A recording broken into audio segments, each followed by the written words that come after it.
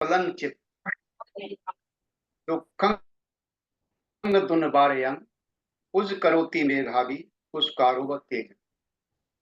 बहुत अच्छी गाथा है ये, चित्त बग्ग से ली गई है। बहुत अच्छी गाथा है। बार बार इस गाथा को जो है कई बार नागरत्न जी बताते हैं, तो बहुत अच्छी गाथा है। क्योंकि हमारा चित्त बहुत ही चंचल है, ये क्षणिक है। एक जगह पर इसको रोके रखना बहुत ही कठिन है, और इस ग्रस्त जीवन में तो और ज्यादा कठिन है। आप ध्यान करने बैठे होगे तभी कोई न कोई काम आ पड़ता है। अब ये कर लीजिए, अब ये कर लीजिए, बहुत कठिन है। इसका निवारण, इसे निवारण करना, इसका निवारण करना भी दुष्कर है।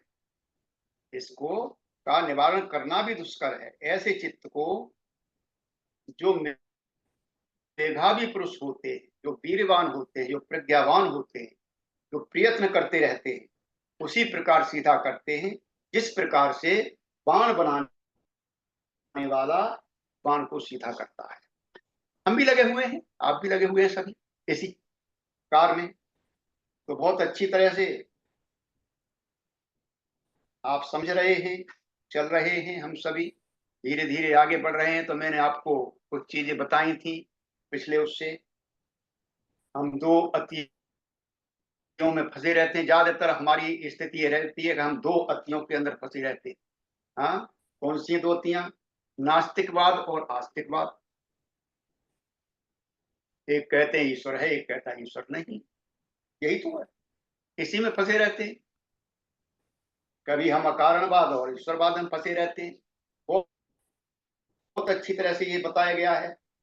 इसी को फिर आगे और कर चलते हैं तो बाबा भगवान बुद्ध के शब्दों में बोलते हैं इसको काम भोग और काय क्लेश, युवतियां। तो दो चाकन के पाट में बाकी बाकी बचान। कबीर साहब कहते हैं चलती चाकी देख के कबरा दिया रो और कबरा दीना रो, और दो चाकन के पाट में बाकी बचान हो। यानी इन दो पार्टों के बीच में पूरा का पूरा जो है मानव समाज पिस रहा है। कोई इससे बाकी नहीं बचता, कहीं ना कहीं इस चक्कर में पड़ ही जाता है। और क्यों पड़ता है?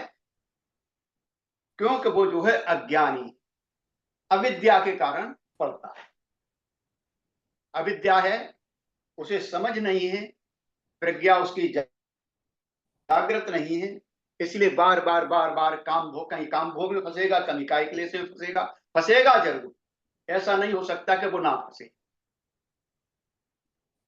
कोई ही ऐसा होगा जो इन काय क्लेश और काम भोग से बाहर निकल पाएगा। लेकिन इसका पिछली बार मैंने बताया था आपको, अविद्या का भी कारण है। कोई भी कार्य हो रहा है, छोटे से लेके बड़ा तक, कोई ना कोई उसका कारण है। भगवान बुद्ध कहते हैं, और भगवान बुद्ध की यही जो है क्रांति है, धर्म क्रांति, इसी के ऊपर है, कार्य और कारण भाव के ऊपर। तो कोई ना कोई कारण है। तो अविद्या का कारण आसव है, और आसव को कलेश के रूप में आप जानते हैं। और उसको रोकने के लिए हमने पिछली बार आपको बताया था, 6 प्रकार बताए थे उसमें, जो अंगुत्तर निकाय में आए हुए हैं। आप पढ़ सकते हो, आप जा करके कि आसमों का जो क्षय होता है कैसे कर सकते हैं हम? संयम से कर सकते हैं, अपने को संयमित रख रख के कर सकते हैं।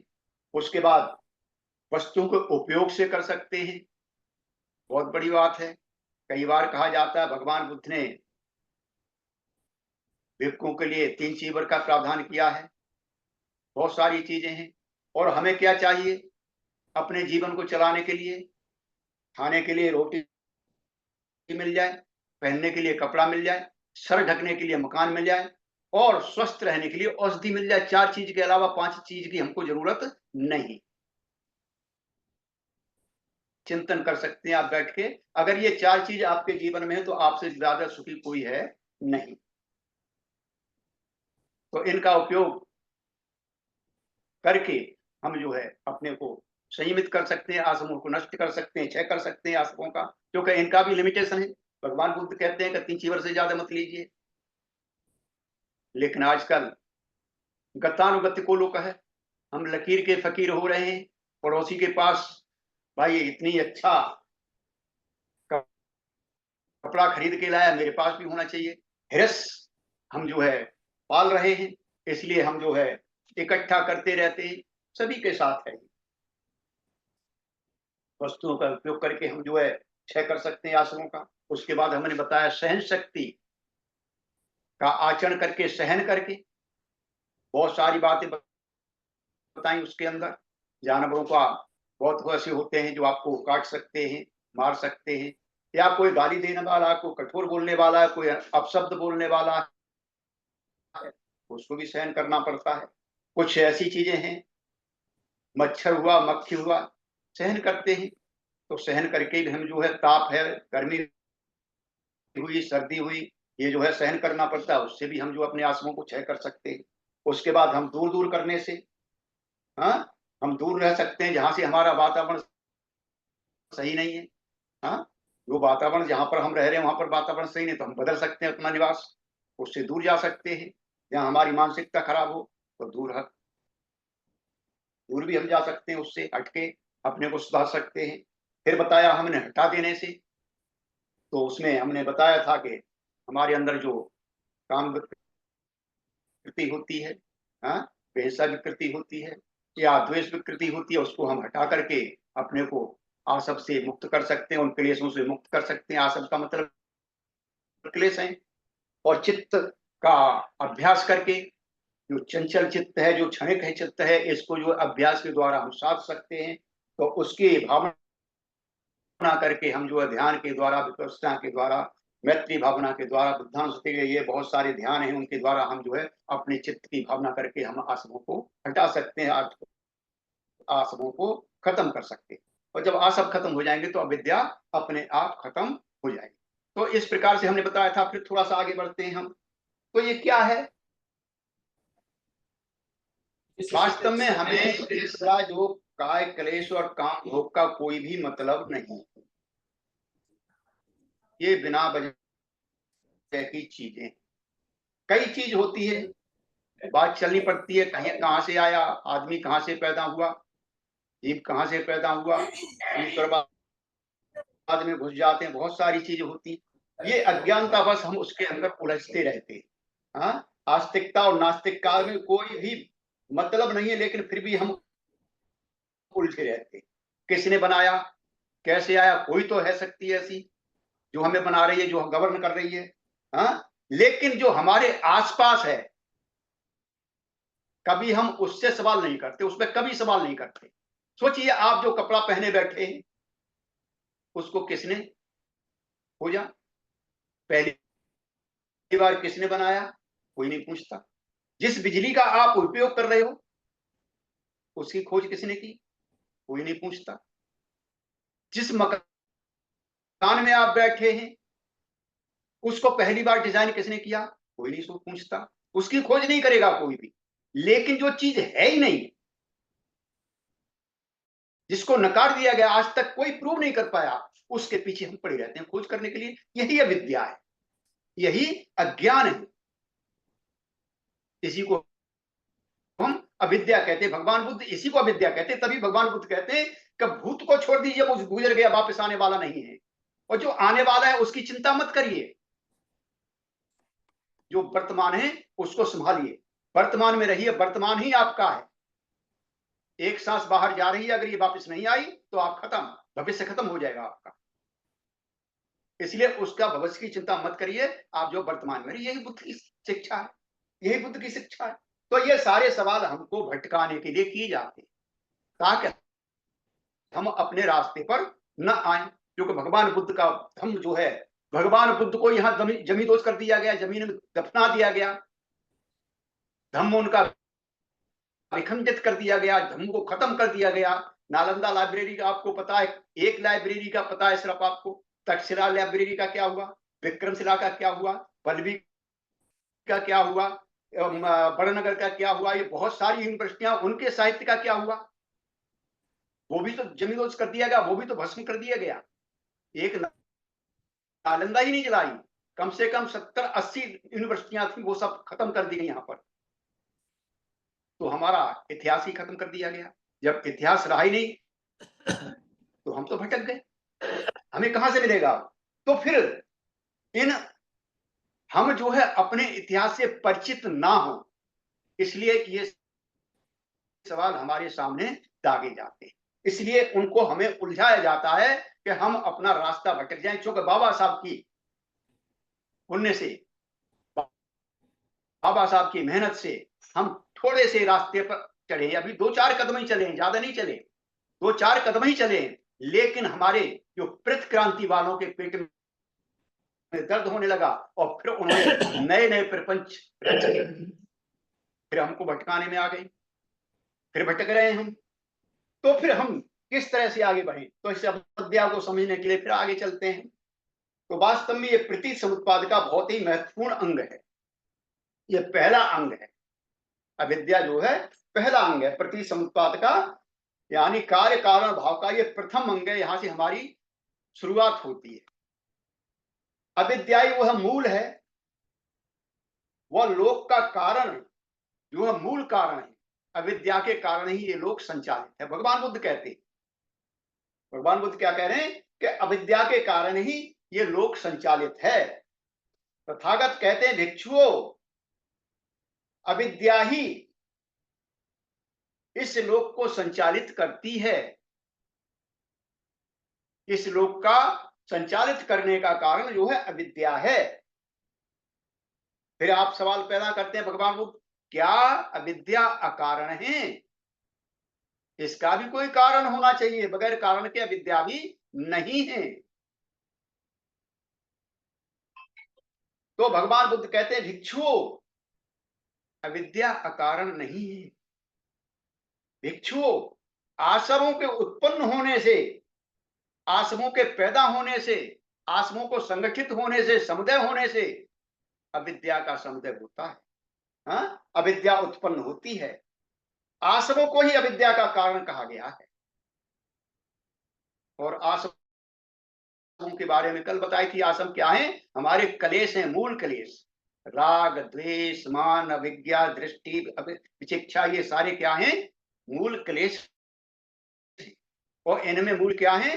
राग द्वेष और अज्ञान, यही तो है।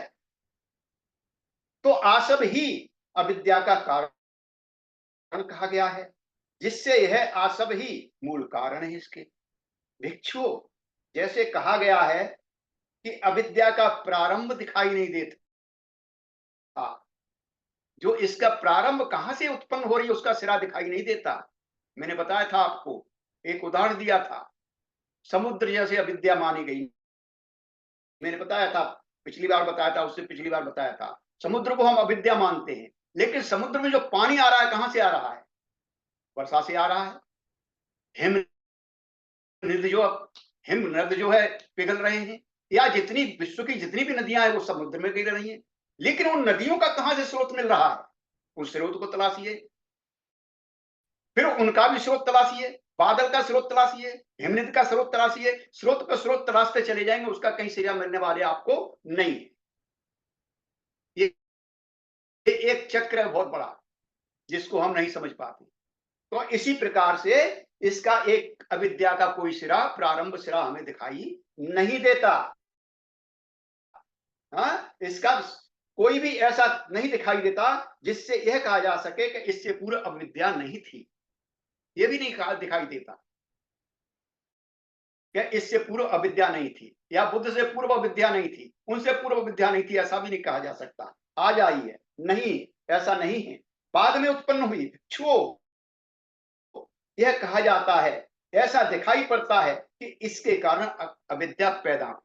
ये तो पता चलता कि इसके कारण अविद्या पैदा हुई, लेकिन इसका पता नहीं चलता कि ये कैसे पैदा हुई, कहां से आई। हाँ? अविद्या पैदा होती है। भिक्षु, दुर्गतगामी कर्म का विशेष हेतु अविद्या है। जो भी हम दुर्गतगामी कर्म करते हैं, जो दुष्कर्म करते हैं, वो जो है हमारे अविद्या के कारण ही होते हैं। अविद्या के कारण ही अकुशल कर्म होते हैं। अकुशल कर्म जितने भी हैं वो भी अविद्या के कारण ही होते हैं।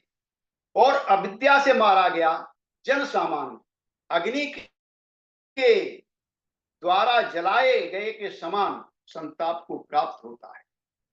जो व्यक्ति अविद्या से मारा जाता है, ज्ञान से मारा जाता है, पछाड़ा जाता है, वो जो है जिस प्रकार से अग्नि से जलने के बाद कोई व्यक्ति तड़पता है, उसी प्रकार से अविद्या से सताया हुआ व्यक्ति भी तड़पता है। आप देख लीजिए, कोई गलत काम आपसे हो जाए तो आपके मन में क्या महसूस होता है। आपको 1 दिन 2 दिन नींद भी नहीं आएगी। अगर आप सही मायने में बुद्ध के रास्ते पर हैं तो नींद नहीं आएगी। आपका चैन खराब हो जाएगा, भूख आपकी खत्म हो जाएगी, आप सोचने लगेंगे, विचारने लगेंगे। क्यों होता है ऐसा? है तो वो जल सामान्य अग्नि के जलाए के समान संताप को प्राप्त होता है। और अविद्या से पछाड़ा गया जन जिस प्रकार से मुग्धर से पीटे जाने पर संताप पैदा होता है, दुख पैदा होता है, इसी प्रकार से दुखी होता है। इस दुख संताप के कलेशों के कारण कुशल रहित दुर्गति में गिराने वाले अनेक अनर्थकारी पापाचारी कर्म करता रहता है। इसी दुर्गति को जो कलेश पैदा हो गए, तो उस कलेश को ढकने के लिए, उस कलेश को पूरा करने के लिए, अच्छा करने के लिए और गलत काम करता रहता है और फंसता हुआ चला जाता है। एक झूठ को सही साबित करने के लिए कितने झूठ बोले जाते हैं, आप देख रहे हो, आपके सामने है। रोज नया झूठ, एक झूठ को समाप्त करने के लिए, उसको ढांकने के लिए रोजाना नया एक झूठ बोला जाता है। तो ये क्या है? हम पाप कर्मों के चक्कर में फंसते हुए चले जाते हैं। पूर्णता प्राप्त करने के लिए, पूर्णता के लिए अयुक्त होने के अर्थ से काय दुष्चरित्र या दुष्कर्म आदि जो अप्राप्य हैं, यानी करने योग्य नहीं है, जो करने योग्य नहीं है, जो दुष्कर्म धारण करने योग्य नहीं है, जो दुष्कर्म हम नहीं करने चाहिए, फिर भी उन दुष्कर्मों को उत्पन्न कराती है, फिर भी हमसे वो जो है उन दुष्कर्मों को कराती है। उन दुष्कर्मों को कराती है, उन दुष्कर्मों में हमें स्थापित करती है, बार बार हमको उधर ले जाती है, इस करने के लिए प्रेरित करती है। इसलिए क्या है? ये अविद्या। अविद्या के कारण ही तो हम करते रहते हैं, हमें ज्ञान ही नहीं है, समझ नहीं है, इसलिए हम करते रहते हैं। इसके विपरीत काय सुचरित जो सकारात्मक शील है, आपके सकारात्मक शील, सुकर्म आदि जो करने योग्य है, जो हमको करने चाहिए, प्राप्त करने योग्य है, साधने योग्य है, इस प्राप्य को, इस साध्य को हमें साधने नहीं देती, प्राप्त नहीं करने देती। इसलिए ये क्या है? अविद्या है। इनकी तरफ हमें जाने नहीं देती, कुछ न कुछ हमारे सामने ऐसा खड़ा कर देगी लाके कि हम वहां से भटक जाएंगे, रास्ते को एकदम अवरुद्ध कर देगी। इसलिए क्या है? ये अविद्या है। इस स्कंदों के, स्कंद का मतलब है ढेर, और ढेर में एक चीज नहीं होती, बहुत सारी चीजें होती। तो स्कंदों के राशि होने को प्रकट नहीं करती। ये जो है ढेर है, इसको प्रकट नहीं होने देती, स्कंदों को ठोस बताती है, शाश्वत बताती है, परमानेंट रहने वाला बताती है, ऐसा समझती है। इसलिए क्या है? ये अविद्या है। कोई भी आपका स्कंद स्वतंत्र नहीं है, अकेला नहीं है। ये क्या है? समूह है, ये समूह है, इससे हमें परिचित नहीं होने देती। इसलिए जो है ये अविद्या है। धातुओं को स्थिर शाश्वत समझती है। जो धातुएं हमारी हमारे अंदर हैं, कल कायानुसति की होगी, आपने की है अच्छी तरह से, आदरणीय ब्रह्मचारी बोधि प्रकाश जी ने कराई थी कल। उसमें देखा होगा आपने, हर हर अंक की कराते हैं, लेकिन इस शरीर हमें इकट्ठा दिखाई देता है, लेकिन इसमें कोई चीज ऐसी नहीं स्थिर हो, सब चीज अपना अपना अलग अलग है, और उनमें भी अलग अलग है। इसलिए क्या है कि ये धातु क्या है? शून्य है, और धातुओं को स्थिर बताती है। हम समझते हैं कि ये स्थिर है, पृथ्वी धातु है, ठोस है, इसमें कुछ पानी है, कुछ वायु है, कुछ ऊष्मा है। तो इस प्रकार से क्या करती है? ये शून्य है, यह शून्य नहीं समझती, ये उसको शून्य नहीं समझती है। जब हम नहीं समझती है, इसलिए ये अविद्या है। अगर इसको हम, इस शून्यता के भाव को अगर हम समझना चाहते हैं, तो आप शिविरों में जाइए, वहाँ 6 धातुओं का ध्यान करिए। वहाँ आपको बताएँगे 6 धातुओं के ध्यान में लास्ट में जाके सब खत्म हो जाता है, सब शून्य हो जाता है, कुछ भी नहीं रहता। हाँ? सब शून्य हो जाता है। तो हम 6 धातुओं के ध्यान में इसको महसूस कर सकते हैं। इस शून्यता के भाव को न समझने के कारण ये अविद्या है। हमारे ऊपर हमारी इंद्रियों का नियंत्रण है। हम समझते हैं हम जो इंद्रियों को चला रहे हैं, लेकिन वास्तविकता क्या है कि हमारे ऊपर हमारी इंद्रियों का नियंत्रण है। हम इंद्रियों के बस में हैं, हम इंद्रियों के गुलाम हैं, मगर फिर भी हम क्या समझते हैं, हम आजाद हैं, हम स्वतंत्र हैं, ऐसा हम समझते हैं। लेकिन हम क्या हैं, इंद्रियों के गुलाम हैं, इंद्रियों के अधीन हैं। इंद्रियां ही हमारी मालिक हैं।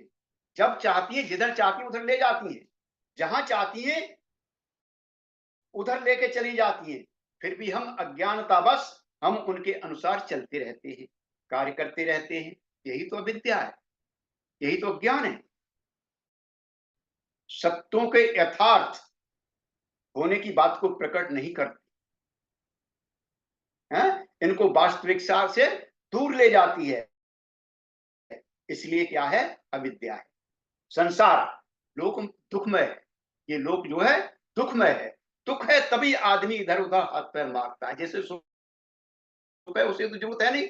कोई पैसा वाला है जो सुखी अपने को समझ रहा है, क्या उसके लिए धर्म की जरूरत है? बाबा साहब कहते हैं धर्म जो है गरीबों के लिए है, अमीरों के लिए ये धर्म नहीं है। अमीर तो धर्म को चूसते हैं, धर्म से जो पैदा करते हैं वो। बाबा साहब क्या कह रहे हैं कि ये धर्म जो है गरीबों के लिए है, और धर्म गरीबों के लिए जरूरी है, उनको एकत्रित होने के लिए, उनको समझने के लिए, उनके विकास के लिए, उनकी प्रगति के लिए। लेकिन धर्म होना चाहिए, इसलिए अविद्या है।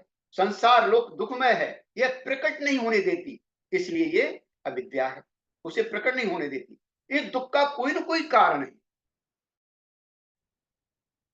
इस दुख का कोई ना कोई कारण है, इसे खुलने नहीं देती। इस दुख का निदान भी हो सकता है, निदान भी संभव है, इसे भी नहीं समझने देती, प्रकट नहीं होने देती। इस दुख का निरोध का कोई ना कोई रास्ता भी है, उसे भी नहीं समझने देती। हाँ, उसे परिचित नहीं होने देती। इसलिए क्या है, ये अविद्या है। कितना भी हम करें, बहुत कुछ समझते हैं, लेकिन अंत में कुछ न कुछ एक खाली रह जाता है। किसी से भी पूछ लीजिए, कोई भी व्यक्ति है, कहीं ना कहीं एक कोना खाली रह जाता है। पूर्ण कोई नहीं कहेगा कि मैं परिपूर्ण हूं, कोई ना कोई कोना खाली रह जाएगा। वो खाली कोना ही क्या है, अविद्या है। हमको नहीं देने देती। वो जो है दिल में एक कसक रह जाती है, वो अविद्या के कारण। इस असीम अनंत संसार में यह सत्यों को घुमाती रहती है। इनके यह जो है 5 गतियों के अंदर घुमाती रहती है, दौड़ाती रहती है। कौन सी गति है? नरक गति है हमारी, जिसको इंद्रिय बोलते हैं। हाँ, मनुष्य गति है, पशु गति है, स्त्रीय गति है, प्रेत्य गति है, देव गति है। इनमें हम घूमते रहते हैं, ये प्रेषित करती रहती है, हमें वहां पर पहुंचाती रहती है, घुमाती रहती है। इसलिए जो अविद्या है, हम समझ ही नहीं पाते। हमारी स्थिति इस प्रकार हो रहती है, हमारी मनोदशा 6 लोगों जैसी रहती है। आप भव चक्र में पढ़ चुके हैं, बताया, पहले भी बताया है, ब्रह्मचारी नागरत्न भी बताते रहे, बोधि प्रकाश जी बताते रहे, कई बार बताया है। हमारा क्या है, हम 6 लोगों के अंदर घूमते रहते हैं। स्वर्ग लोक है, देवलोक जिसको बोलते हैं, प्रेत लोक है, असुर लोक है, नरक लोक है, प्राणी लोक है, मानव लोक है। 6 लोकों में हम घूमते रहते हैं, हमारी स्थिति रहती है, हैं? इस प्रकार है कि हम उसमें घूमते रहते हैं, हमारी मनोदशा ऐसी रहती है। इनसे परिचित नहीं होने देती। हमें पता ही नहीं चलता कि हम किस लोक के वासी हैं। वास्तविकता ये हमें पता ही नहीं चलता। हम कब जो प्राणी लोक में पहुंच जाते हैं, कब नरक लोक में पहुंच जाते हैं, कब प्रेत योनि में पहुंच जाते हैं, कब जो असुर बन जाते हैं, और कब देव बन जाते हैं, कब मानव बन जाते हैं, पता ही नहीं लगने देती है। हाँ? ये जो है पता ही नहीं लगने देती, इसलिए जो अविद्या है। सत्यों के आवास हैं, परंतु सत्यों को आभास ही नहीं होने देती कि मैं किस आवास में निवास कर रहा हूं, कोई नहीं कह सकता। और जब तलाशेंगे तो हम विपरीत ही होते हैं। हम कहेंगे हम मानव हैं, लेकिन वास्तव में हम मानव नहीं होते। उस समय हम क्या होते हैं, या तो नरक के वासी होंगे, या असुर होंगे, या प्रेत होंगे, या कहीं प्राणी होंगे। आभास ही नहीं होने देती। इसलिए ये जो है अविद्या है। अभी मेरी गति क्या है समझ ही नहीं पाता, और यही समझता हूं कि मैं तो मानव हूं, मैं तो ज्ञानी हूं, मैं विद्वान हूं, मैं सबसे अच्छा हूं, सब मेरे बस में है। लेकिन वास्तविकता इसके उलट होती है। इसलिए क्या है, ये अविद्या है, हम जान ही नहीं पाते। अविद्यमान जो विद्यमान नहीं है, स्त्री पुरुष करके दौड़ाती है। ये स्त्री है, ये पुरुष है, हाँ? लेकिन इसमें भेद करती है, ये जानने नहीं देती। ये तो मात्र स्कंदों से संचालित है। 5 स्कंद स्त्री में भी, 5 स्कंद पुरुष में भी है। अरे दोनों में अंतर कहाँ है, इसको जानने ही नहीं देती। हाँ, ये जो है स्कंदों से संचालित है, स्कंदों के विद्यमान होने से भी उनमें नहीं दौड़ती, समझने नहीं देती, परिचित नहीं होने देती। इसलिए ये अविद्या है। हम स्त्री पुरुष के चक्कर में फंसे रहते हैं। हाँ, आगे चलते हैं थोड़ा। ये चक्षु है, ये चक्षु विज्ञान है, ये स्रोत है, ये स्रोत विज्ञान है, ये घ्राण है, ये घ्राण विज्ञान है। हाँ, इन मिल करके ये जो है, इसका आलम्बन क्या है, इनका आलम्बन क्या है, इसको प्रकट नहीं होने देती। इसका आलम्बन क्या है, इसको प्रकट नहीं होने देती, और विज्ञानों में उलझाए रहती। हाँ, देखा है आपने, कई बार एक्सीडेंट इसी से होते हैं। कोई अच्छा दृश्य, हम जा रहे हैं गाड़ी पर, और कोई अच्छा दृश्य सामने दिखाई दे गया, तो लौट लौट के देखते हैं सामने का, हमें कुछ नहीं दिखता है, एक्सीडेंट हो जाता है। ये समझने ही नहीं देती है, विज्ञान में हमें उलझा दिया। कहीं अच्छा संगीत बज रहा है, हम गाड़ी चला रहे हैं, स्रोत हमारा उधर चला गया, सामने की आवाज हमने देखी, सामने से एकदम खत्म हो जाता है, एक्सीडेंट हो जाता है। विज्ञान में हमको उलझा दिया, प्रकट नहीं करती, विज्ञानों में उलझाई रहती है। इसलिए अविद्या है। इसे वासना भी कहते हैं, अविद्या को वासना भी कहते हैं। फिर आगे चलते हैं। प्राप्त प्रकृति में विश्वास करना अज्ञान है, अविद्या है। बाबा साहब कहते हैं अधम्म क्या है, तो ये क्या है, अज्ञान है। हम उसमें विश्वास करते रहते हैं, इसलिए अज्ञान है। आत्मा परमात्मा में विश्वास करना अविद्या है। स्वयं पर विश्वास न करके पारलौकिक शक्ति पर विश्वास करना।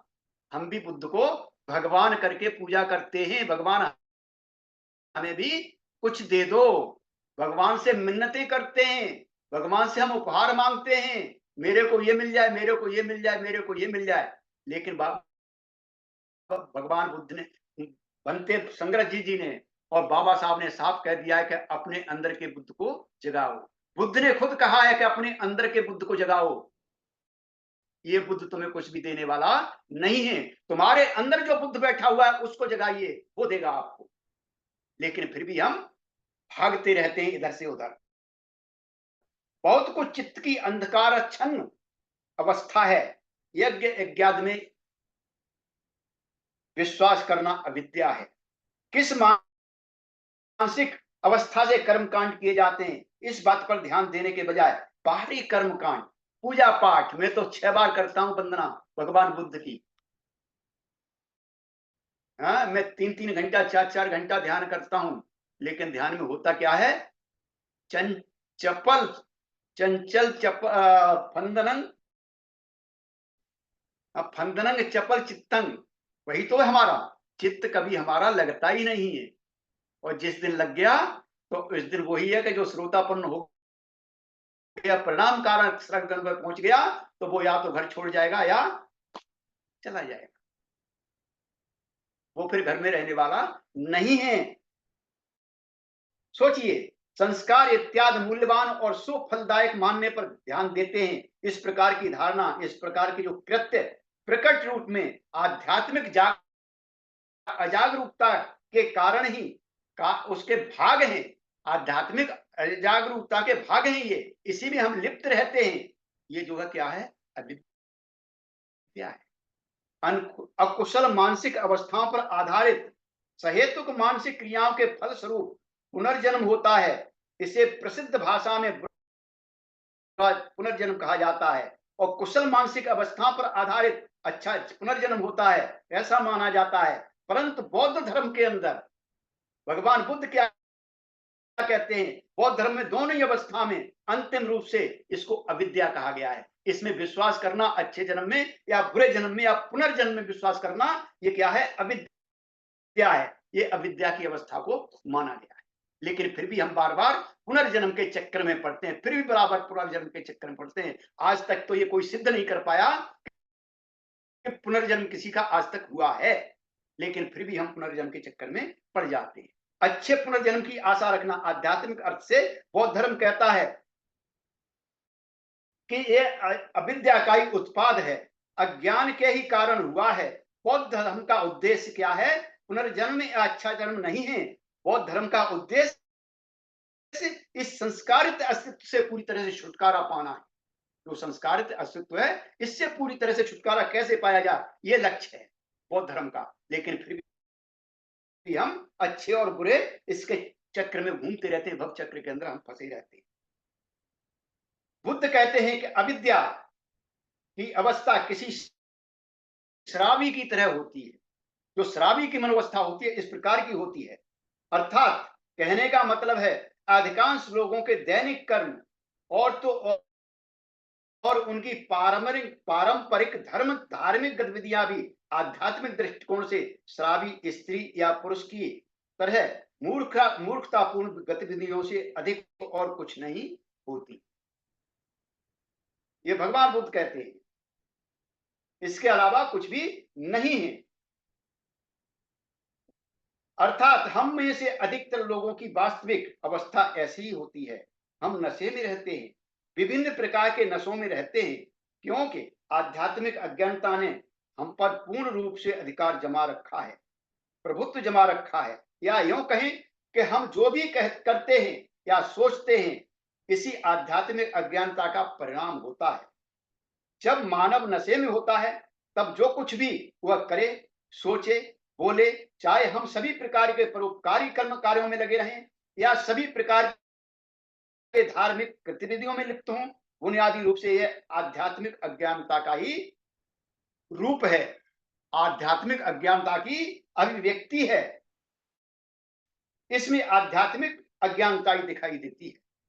यह प्रतीत समुत्पाद धर्मों को उजागर नहीं होने देती, ढके रहती है, कार्य कारण भाव को प्रकट नहीं होने देती। इसलिए क्या है, अविद्या है।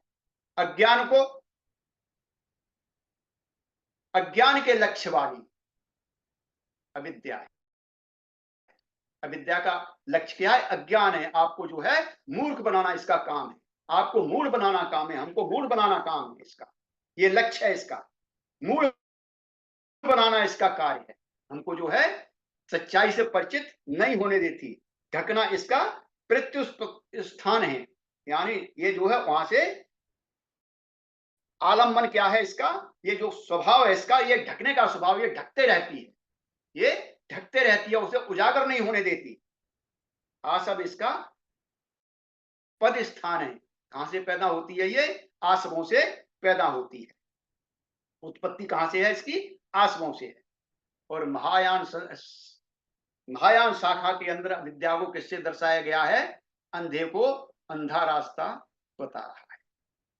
ना आगे वाले को सूझ रहा है, ना पीछे वाले को सूझ रहा है, दोनों अंधे हैं। अब आप समझ लिए कि दोनों अंधे हैं तो कहां जाके टिकेंगे।